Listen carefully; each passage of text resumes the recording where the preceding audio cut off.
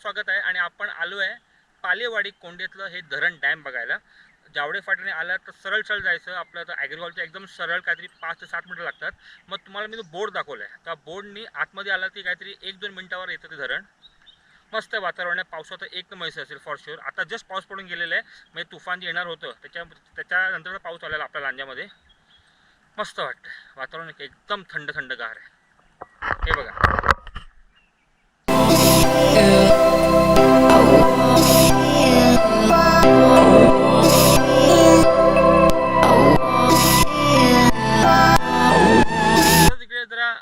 तुम्हाला असं लांजामध्ये आपण कुठे बाहेर जायचं नसेल, लांजामध्ये नॉर्मल बघायचं असेल वगैरे ग्रीनरी म्हणा किंवा पाणी आणि डॅम वगैरे ना, हा स्पॉट मस्त आहे। एक नंबर स्पॉट आहे।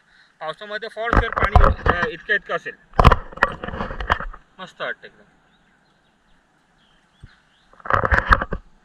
आजूबाजूला काय हिरवगार आहे बघा।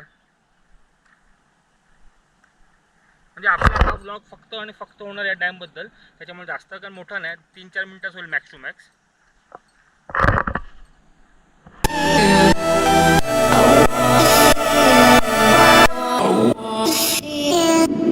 इकडे समोर आपण बाईक पार्क करू शकतो त्या साईडला, आणि तिकडून आपण चालतो इथून बघा।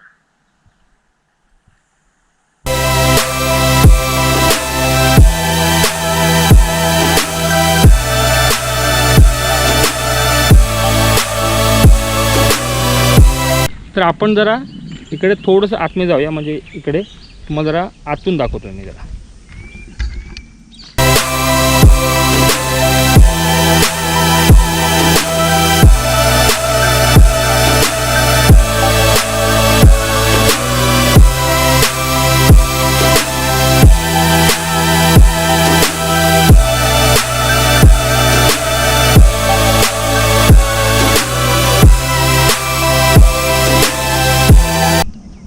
हो काय व्ह्यू आहे इकडून यार, एक नंबर मस्त वाटतंय।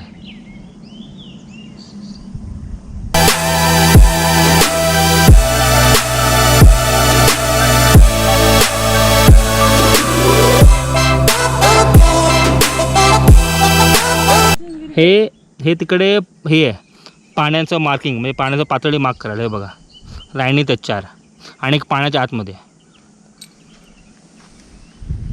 पातळी किती वाढली त्याचा अंदाज घेण्याकरता। बरोबर, पाण्याची पातळी किती वाढल्याचा अंदाज घ्यायला। पण डॅम एक नंबर आहे।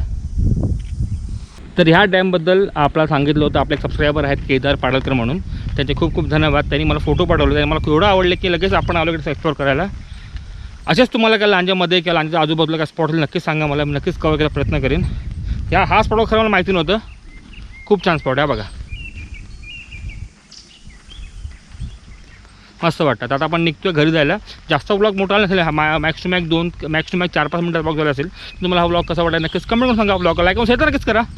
तर भेटूया आपण असंच काहीतरी एक नवीन ब्लॉगमध्ये। तोपर्यंत खुश राहा आणि हसत राहा। बाय।